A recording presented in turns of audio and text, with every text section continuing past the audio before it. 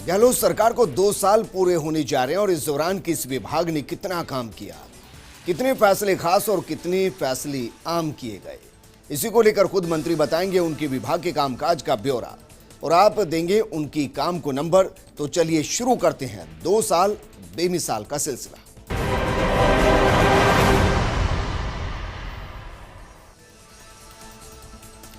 कहते हैं कि पहला सुख निरोगी काया। जी हां, कुछ इसी सोच के साथ काम कर रही गहलोत सरकार ने 2 साल पूरे कर दिए हैं। सूबे के मुखिया अशोक गहलोत के नेतृत्व में काम कर रहे चिकित्सा महकमे के लिए ये साल बड़ा चुनौतीपूर्ण रहा। कोरोना संकट के बावजूद चिकित्सा मंत्री डॉक्टर रघु शर्मा ने मुख्यमंत्री अशोक गहलोत के साथ कई अहम फैसले लिए। तो चिकित्सा विभाग के 2 साल की रिपोर्ट कार्ड की सीरीज में मंत्री डॉक्टर रघु शर्मा से एक्सक्लूसिव बातचीत के हमारे सहयोगी विकास शर्मा ने। जरा सुनिए। राजस्थान सरकार के 2 साल पूरे हो गए हैं और इन 2 सालों में सबसे ज़्यादा काम की बात करें या फिर सबसे बड़ी चुनौती की बात करें तो वो है चिकित्सा विभाग की। हमारे साथ मौजूद है चिकित्सा मंत्री डॉक्टर रघु शर्मा। उनसे बात करते हैं 2 सालों में क्या उनकी उपलब्धियां रही और किस तरह से देखते हैं कोरोना में जो उनका किया हुआ काम है उसको। सर, 2 साल पूरे सरकार को हो गए हैं, कैसे देखते हैं 2 साल को?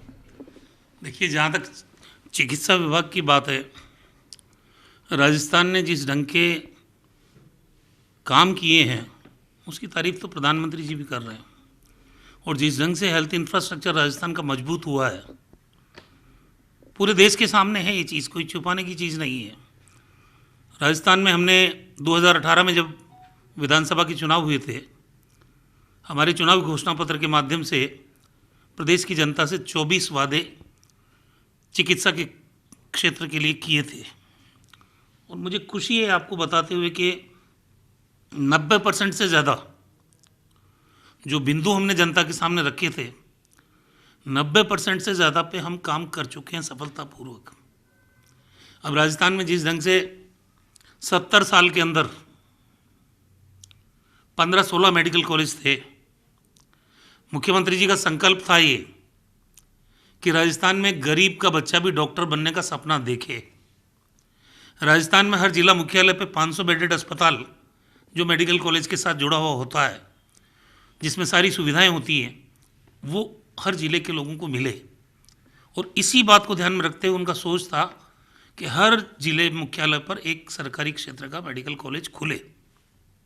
हमें खुशी है कि इन 2 महीने में, इन 2 सालों में हमने 15 नए मेडिकल कॉलेज, एक मेडिकल कॉलेज की कीमत 325 करोड़ रुपये होगी, हम उसकी स्वीकृति लिया है। ज़मीन का अलॉटमेंट हो गया, MOU हो गया।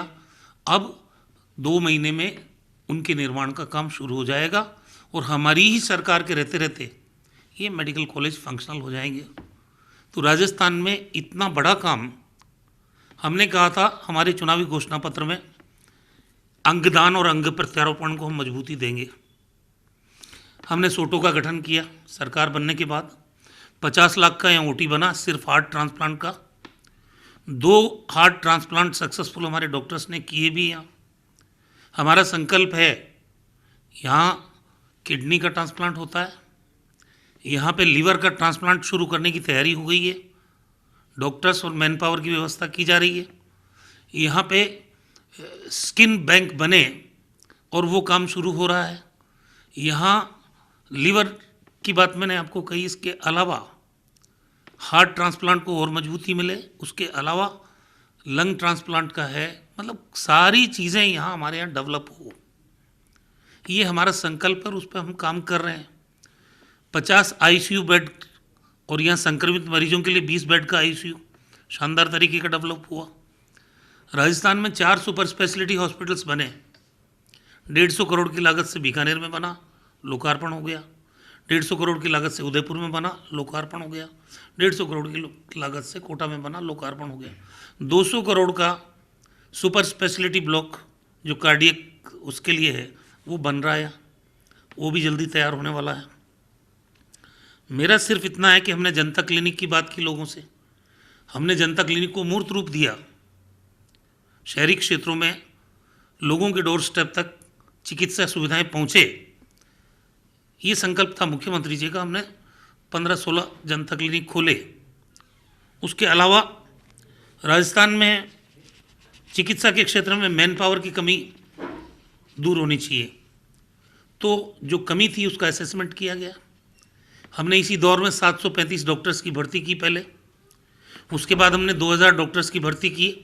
ये 17 दिसंबर जो आ रही है, उस 17 दिसंबर से पहले पहले उनको पोस्टिंग दे देंगे हम, क्योंकि उनके सिलेक्शन का प्रोसेस पूरा हो गया है। हमने 12,500 एएनएम और जीएनएम की भर्ती का काम किया, उनको पोस्टिंग दे दिए। हम 8,000 सीएचओज की भर्ती का काम प्रोसेस में है, वो भर्ती का प्रोसेस पूरा होते ही उनको राजस्थान में 8,000 से ज़्यादा लोगों को उनको हम कम्युनिटी हेल्थ ऑफिसर्स को नौकरी काम दे देंगे, ताकि वो जनता की सेवा करेंगे। हमने चाहे एलटी की भर्ती हो, रेडियोग्राफर की भर्ती हो, लैब टेक्नीशियंस की भर्ती हो, हमारा ये जो ईसीजी टेक्नीशियंस की भर्ती हो, चाहे यूटीबी पे लेने की बात हो, मैन पावर की कमी राजस्थान में नहीं रहने दी। मैन पावर पूरा राजस्थान में है। जब हमारी सरकार का 1 साल हुआ, क्योंकि मुख्यमंत्री जी की सोच थी कि राजस्थान वो राज्य बने जहां आदमी बीमार क्यों पड़े, तो एक मैसिव कैंपेन की प्लानिंग की और उन्होंने घोषणा की थी 18 दिसंबर को पिछले साल 2019 को कि निरोगी राजस्थान चलाएंगे राजस्थान के अंदर। और उसके लिए हम राजस्थान के 42,000 गाँव में एक हमारी बहन और एक हमारे भाई उसको स्वास्थ्य मित्र के लिए चयनित करेंगे, उनकी ट्रेनिंग करेंगे और एक गैप ब्रिज अस्पताल और आम जनता के बीच में एक ब्रिज का काम करेंगे ये स्वास्थ्य मित्र। ऐसे ही शहरी क्षेत्रों में हर वार्ड में 2-2 लोगों का, उनके सिलेक्शन का काम हो गया, उनकी ट्रेनिंग का काम हो गया। 10 पॉइंट हमने लिए थे जिन पे काम करना था निरोगी राजस्थान के लिए। उसमें पॉपुलेशन कंट्रोल का काम है, आम आदमी को समझाना, आपकी पॉकेट अलाउ करती है उतनी आबादी बढ़नी चाहिए। उसके अलावा वृद्धावस्था में जो दिक्कतें आती है, जेरिट्रिक सेंटर्स डेवलप करने की बात थी, उन लोगों को कैसे फैसिलिटेट करें, हमारे जो बुज़ुर्ग लोग हैं उनकी देखभाल किस ढंग से हो, ये भी एक बिंदु था उसमें महिलाओं के स्वास्थ्य का था, एनीमिया है, कुपोषण है, स्तन है, बच्चेदानी की समस्याएं जो आती है, वो पॉइंट था उसके अंदर। उनको एजुकेट करने का काम करना था। और जो किशोरावस्था में जो समस्याएं पैदा होती है आम बच्चे की ज़िंदगी में, उनके बारे में भी उनको, चाहे एनीमिया है, कुपोषण है, मोटापा है, उनको आप ढंग से गाइड करोगे तो वो इन समस्याओं के प्रति जागरूक हो सकते हैं, उनसे चर्चा करोगे। मौसमी बीमारियां हैं, communicable disease, non communicable disease, और टीकाकरण है। हमारे जो लोगों में व्यसन की आदत पड़ जाती है वो कैसे कम हो, छुड़ाई जाए। जो लोग मिलावटखोर हैं उनके खिलाफ किस तरह से अभियान चलाया जाए। जो आम आदमी की ज़िंदगी से और सेहत के साथ खिलवाड़ करते हैं अपने मुनाफे के लिए। ये जो 10 पॉइंट थे, उस 10 पॉइंट पे राजस्थान में एक बहुत बड़े पैमाने पे निरोगी राजस्थान का कार्यक्रम प्रिवेंशन के लिए कि आदमी बीमार नहीं पड़े, हमने कैंपेन चलाने का निश्चय किया। उसी दौर में कोरोना आ गया, मार्च के अंदर कोरोना आ गया। अब कोरोना आ गया तो मुख्यमंत्री जी ने सारे विपक्षी दलों को कॉन्फिडेंस में लिया। हमारे जितने चिकित्सा जगत के नामचीन व्यक्ति थे, चाहे वो रिटायर हो चुके हैं चाहे काम कर रहे हैं, सबको बुला के कॉन्फिडेंस में लिया। क्योंकि 100 साल में ये महामारी आई है। स्पेनिश फ्लू आया कोई 100 साल पहले 1918 में, और ये महामारी जब आती है तो महामारी होती है। उसके लिए किस ढंग से इंतजामात राजस्थान में हों, प्रदेश की जनता को किस तरह से बचाया जाए उससे, कि जिस तरह की हॉरिबल पिक्चर्स आ रही थी कोरोना की, तो एक एनजीओस को बुलाया गया, हमारे धर्मगुरुओं को बुलाया गया। 150-200 वीडियो कॉन्फ्रेंसेस हुई है 8-9 महीने में, 150-200 रिव्यू मीटिंग हुई है, फैसले लिए गए हैं। आप ये देखिए कि कोरोना के प्रबंधन में जो नज़ीर राजस्थान ने पेश की उसकी तारीफ प्रधानमंत्री जी ने की खुद ने।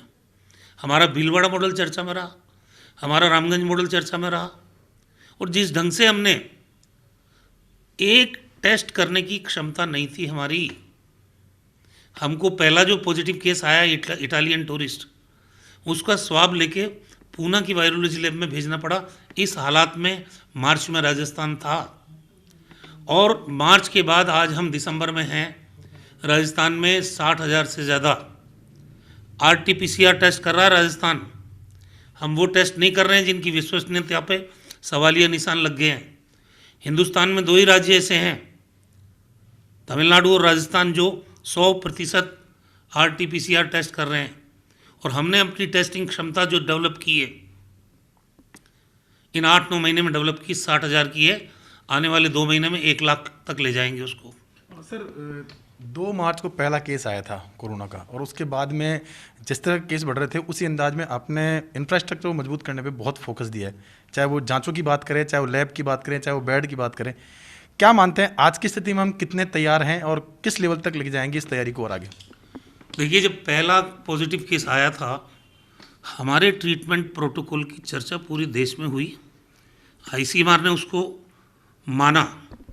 4 दवाओं का कॉम्बिनेशन हमारे SMS हॉस्पिटल के डॉक्टर्स ने उन पे अप्लाई किया मरीजों पे। उसमें हमारा स्वाइन फ्लू की टेमीफ्लू थी, मलेरिया की क्लोरोक्विन थी और HIV एड्स की रोपिनावीर और रोटिनावीर थी। 4 दवाओं के कॉम्बिनेशन को जिसको उन्होंने मंजूरी दी। उसके बाद SCQ आया, जिसको अमेरिका ने भी मांगा।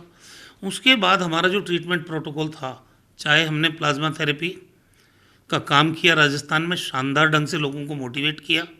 जो पॉजिटिव से नेगेटिव हो गए थे उनका प्लाज्मा डोनेशन का काम हुआ।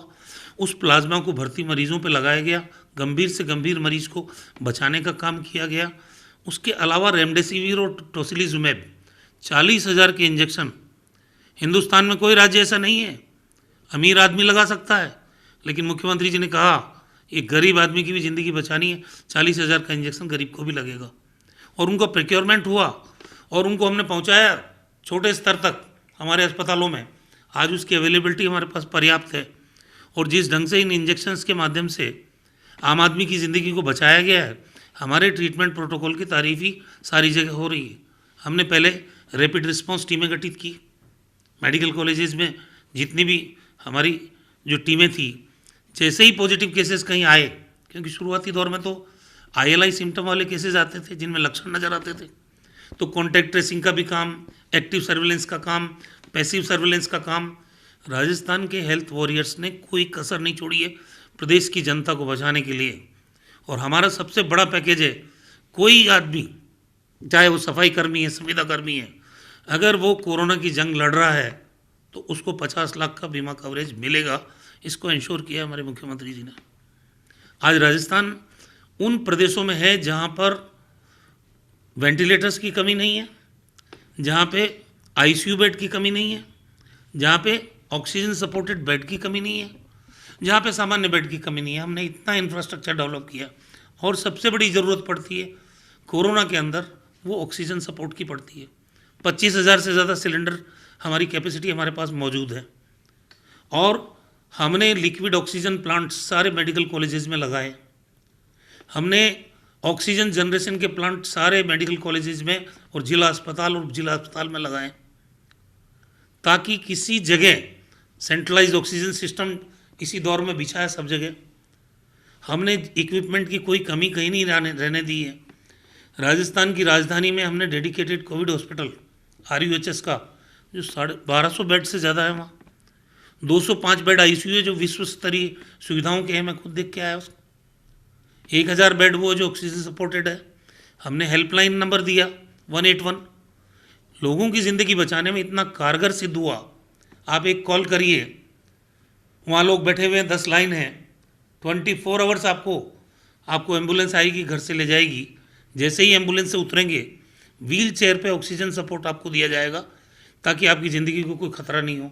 फिर 30 बेड आपको रिसेप्शन पे मिलेंगे, वहाँ भी ऑक्सीजन सपोर्टेड है। तो जिस ढंग से 10 मंजिल का ये अस्पताल बना है, उस अस्पताल से राजस्थान, क्योंकि राजधानी जयपुर है, सर्वाधिक प्रेशर यहाँ रहता है। हमने यहाँ पे जयपुरी अस्पताल को डेडिकेटेड कोविड हॉस्पिटल किया, हमने ESI अस्पताल को डेडिकेटेड कोविड हॉस्पिटल किया, हमने रेलवे अस्पताल में भी 50 बेड किए। कोई कमी इंफ्रास्ट्रक्चर की राजस्थान में नहीं रही। और आप देखिए कि प्लाज्मा थेरेपी पे पर्याप्त मात्रा में दी गई है, और ये दोनों इंजेक्शन्स का कॉम्बिनेशन भी।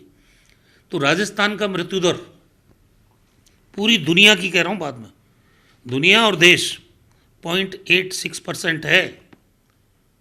हमने ये 2 संकल्प के साथ इस महामारी से लड़ाई शुरू की थी हमारे मुख्यमंत्री जी के नेतृत्व में। एक तो लॉकडाउन की इस अवधि में कोई भूखा नहीं सोएगा और कोरोना से हम किसी को मरने नहीं देंगे। हम दोनों संकल्पों में कामयाब हैं आज की तारीख में। 0.86% मृत्यु दर, जिसको नीति आयोग ने भी माना। नीति आयोग ने कहा कि आपका प्रबंधन शानदार है, लोगों की जनहानि नहीं हो, वही तो हमारा प्राथमिक लक्ष्य है और उस लक्ष्य में हम कामयाब रहे हैं। राजस्थान में इस दौर में दूसरी बीमारियों के लोग, किसी को किडनी की प्रॉब्लम, हार्ट की प्रॉब्लम, बीपी की प्रॉब्लम, उन लोगों को भी सफ़र नहीं करना पड़े, क्योंकि कोरोना के डर से वो घर से बाहर नहीं आ रहे थे। हमने 500 मोबाइल ओपीडी वैन चलाई जो उनके घर तक गई है और उनकी दूसरी चिकित्सा सुविधाओं का भी ध्यान रखा गया है। हमने इसके अलावा टेली कंसल्टेंसी, जो टेली कंसल्टेंसी सेवा शुरू की और eSanjeevani.OPD.in के नाम से लोगों को ऑनलाइन भी चिकित्सीय परामर्श दिया गया, कोई कमी नहीं रखी। उसके अलावा हमारा जो रिकवरी रेट है वो 94% है। 94% रिकवरी रेट है। इससे ज़्यादा रिकवरी मैं समझता हूँ बहुत ही शानदार तरीके से हमने लोगों को रिकवर किया है। निःशुल्क दवा योजना हो, 600 नए दवा वितरण केंद्र हमने खोले इस दौर में 2 साल में। हमने 104 एम्बुलेंस, 587 एम्बुलेंस अभी तैयार है हमारे पास, 108 एम्बुलेंस 701 है हमारे पास। जो जिला अस्पताल में क्रिटिकल केयर एम्बुलेंस है वो 34 एम्बुलेंस हमारे पास तैयार है अभी। और निःशुल्क जांच योजना के दायरे में वृद्धि करने की बात हमने कही थी, तो हमने इन 2 सालों में पीएससी में 15 जांच, सीएससी पे 37 जांच, जिला अस्पताल पे 56 जांच और मेडिकल कॉलेज से जुड़े अस्पतालों में 90 जांच, ये जांच बढ़ाई है, निःशुल्क जांच के दायरे को बढ़ाया और 40 विशिष्ट जांचें इसके अलावा भी और मुफ्त कर दी है। इसके अलावा निःशुल्क दवा योजना की बात जब हम करें तो हमने कहा था हार्ट, किडनी और ये जो गंभीर बीमारियां जिनकी दवा महंगी आती है, हम इन दवाओं को भी निःशुल्क दवा योजना के दायरे में लाएंगे। 105 दवाओं को हमारी सरकार निःशुल्क दवा योजना के दायरे में लेके आई है और आज हम कह सकते हैं कि सब सेंटर पे हम 49 दवाई दे रहे हैं, पीएससी पे हम 410 दे रहे हैं, सीएससी पे 632 दे रहे हैं और जिला अस्पतालों में 841 और मेडिकल कॉलेज से जुड़े अस्पतालों में 970 प्रकार की दवाइयाँ निःशुल्क दवा योजना के दायरे में हमारी चल रही है अभी। अब राजस्थान का जो हेल्थ मैनेजमेंट है, मैंने पहले भी कहा आपको कि जनता क्लिनिक हमने शुरू की, कोविड आने की वजह से वो काम अभी थोड़ा शुरू हुआ और उसके बाद में रुक गया, ये फिर आगे बढ़ेगा। अभी हम लोगों ने राष्ट्रीय कार्यक्रम जो हैं उनको भी प्रभावित नहीं होने दिया कोविड की वजह से। 89% टीकाकरण का लक्ष्य हमने पूरा किया राजस्थान में और 11% जो बच रहा है उसको भी समयबद्ध तरीके से पूरा करेंगे हम। शिशु और मातृ की देखभाल का काम है, उसके काम में, टीकाकरण के काम में कहीं कोई कमी नहीं आई है राजस्थान के अंदर। कोविड होने के बावजूद भी हम 20 जगह पे प्राकृतिक चिकित्सा के, योगा के, नेचुरोपैथी के 20 जगह पे मेडी टूरिज्म के सेंटर्स डेवलप कर रहे हैं। जगह चिन्हित हो गई, पीपीपी मोड पे इनको देंगे आने वाले टाइम में, ताकि जो पर्यटक आएँ वो हमारी प्राचीनतम चिकित्सा पद्धति का लाभ लेके यहाँ से जाएँ और जो नेचुरोपैथी है, योगा है, उन सब का लाभ उनको मिले, वो ठीक होके जाएँ यहाँ से। हमने 2 साल में 200 सब सेंटर खोले नए, 112 नई पीएससी खोली, 52 नई कम्युनिटी हेल्थ सेंटर खोले, सीएससी खोली, एक सैटेलाइट अस्पताल खोला, एक उप जिला चिकित्सालय खोला, 2 नए जिला चिकित्सालय खोले। कुल मिला के राजस्थान में शहरी क्षेत्र में 300 पीएससी है हमारी, 8 सीएससी है, करीब 15,000 हमारे सब सेंटर हो गए। तो सरकारी क्षेत्र में इतना बड़ा इंफ्रास्ट्रक्चर पूरे कंट्री में कहीं नहीं है और यही इंफ्रास्ट्रक्चर आज राजस्थान की जनता को बचा पाया है कोरोना जैसी महामारी से। जहाँ पे प्राइवेट सेक्टर मजबूत रहे उन लोगों ने हाथ खड़े कर दिए, लेकिन हमारा अपना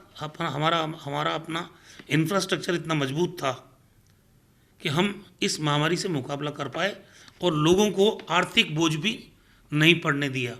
अब चाहे प्राइवेट हॉस्पिटल्स की नकेल कसने की बात हो, उस पर भी हमने फैसले किए हैं। जो जांच 4,000 में होती थी उसको 400 तक लेके आए हैं, और भी कम हो सकती है। तो निरंतर वो स्टेप्स उठे हैं, चाहे अंतर्राष्ट्रीय फ्लाइट आई 24 घंटे उनकी स्क्रीनिंग हुई है, जो भी उतरा है यहाँ पे। राजस्थान का जो प्रबंधन है माइग्रेंट लेबर्स का, वो प्रवासी राजस्थानी 15-16 लाख लोग आए,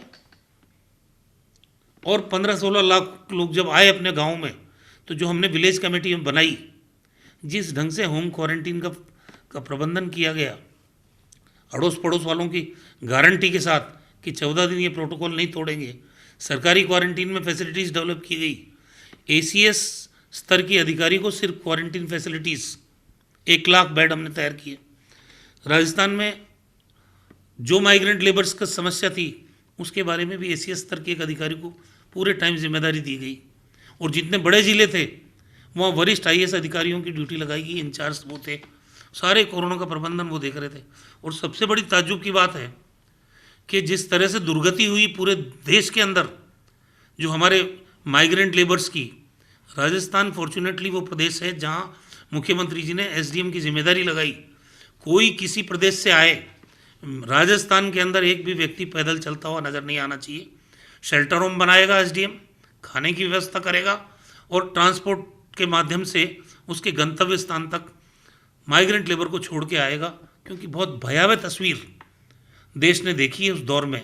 लेकिन राजस्थान फॉर्चुनेटली, चाहे क्वारंटीन फैसिलिटी की बात हो, चाहे हमारे माइग्रेंट लेबर्स का इशू हो, और राजस्थान में किसी व्यक्ति को भूखा भी नहीं सोने दिया हमने। जिस ढंग के पैकेजेस दिए, पेंशनधारियों को टाइम पे पेंशन मिलती रही, 3,500 रुपये की राशि जो हमने लिस्ट बनाई थी लोगों को, उनको मिले, जो अनाज, दाल, तेल, सारी चीज़ें उनको टाइम पे मिली, और कुक्ड फूड मिला। एक आदमी को भी भूखा नहीं सोने दिया राजस्थान के अंदर।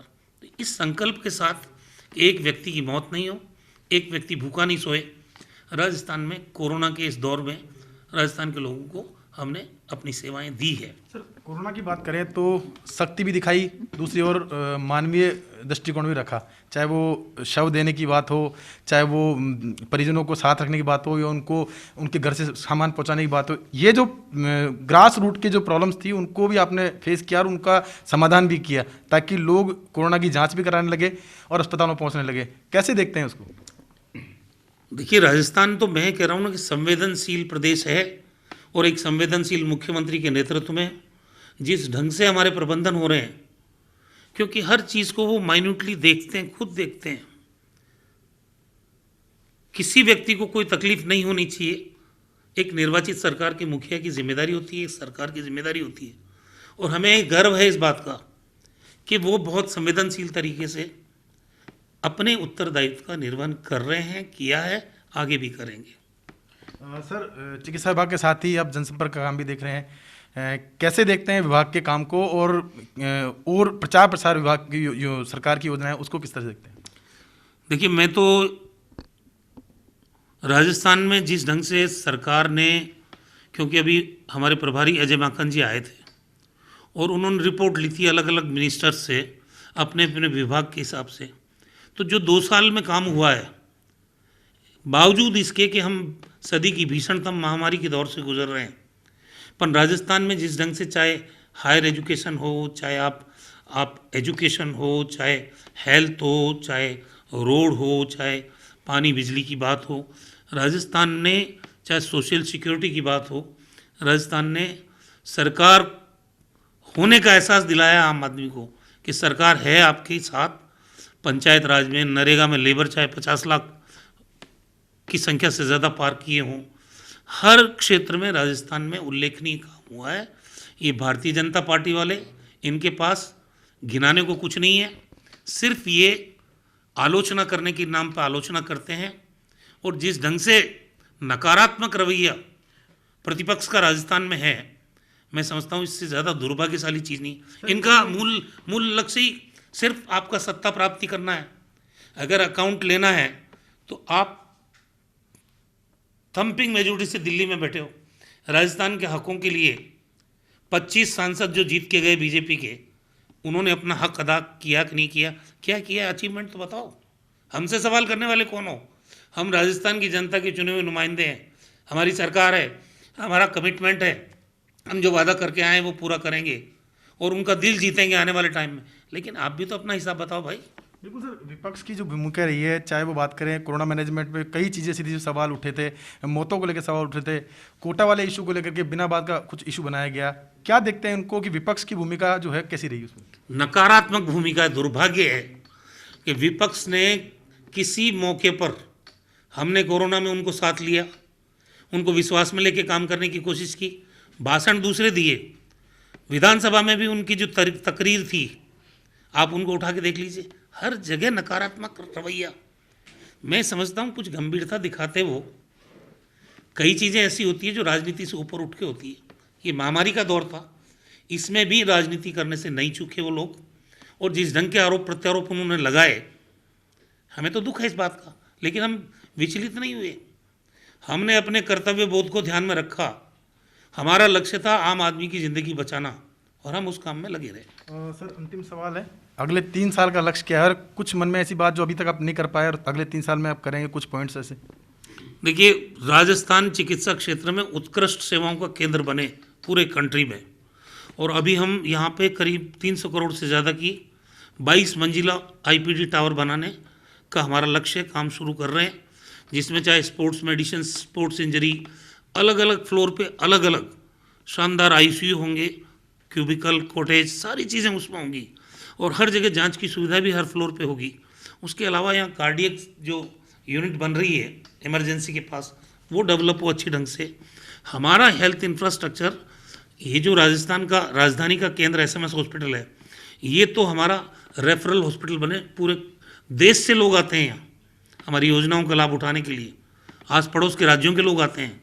तो ये तो जो रेफर्ड केसेस हैं उनका सेंटर बने।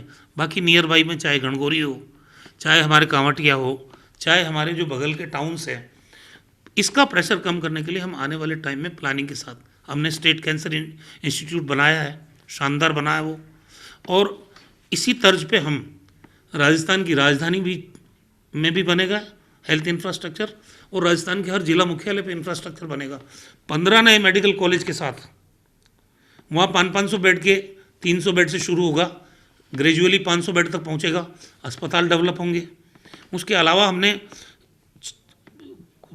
जो पीजी की यूजी की सीटें हैं 650 यूजी की सीटें हैं, हमारी एमबीबीएस की 880 सीटें हैं, पीजी की सीटें 950 बढ़ाई है, और सुपर स्पेशलिटी की 11 सीटें हैं, ताकि राजस्थान में किसी चीज़ की कमी नहीं रहे, मैन पावर की कमी नहीं रहे, डॉक्टर्स की कमी नहीं रहे, स्पेशलिस्ट की कमी नहीं रहे, नर्सिंग स्टाफ की कमी नहीं रहे, किसी कैडर जो हमारा ज़रूरत है। और अभी मैं कह रहा हूँ, ये तो कोटा में बच्चों की मौत पर गंदी राजनीति कर रहे हैं। आने वाले 1 महीने में आप देखेंगे, क्योंकि पिछले साल जब बच्चों की मौत का हल्ला किया था बीजेपी ने, तभी हमने 156 बेड का अस्पताल का भूमि पूजन कर दिया, वो शुरू हो गया काम।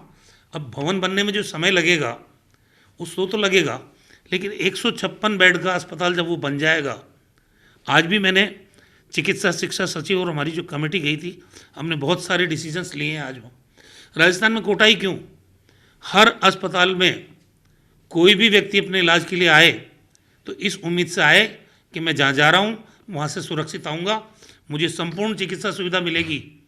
ये भरोसा पैदा करना चाहते हैं राजस्थान के लोगों को। तो ये थे हमारे साथ चिकित्सा मंत्री डॉक्टर रघु शर्मा, जिन्होंने 2 साल का अपना रिपोर्ट कार्ड बताया, साथ ही ये दावा किया कि अगले 3 साल में इंफ्रास्ट्रक्चर को इतना मजबूत किया जाएगा कि लोगों को चिकित्सा सुविधाओं के लिए निजी क्षेत्रों की ओर नहीं देखना पड़ेगा। उम्मीद यही है कि जो लक्ष्य है वो जल्द से जल्द पूरा हो। कैमरा पर्सन इकबाल के साथ विकास शर्मा, फर्स्ट न्यूज़, जयपुर।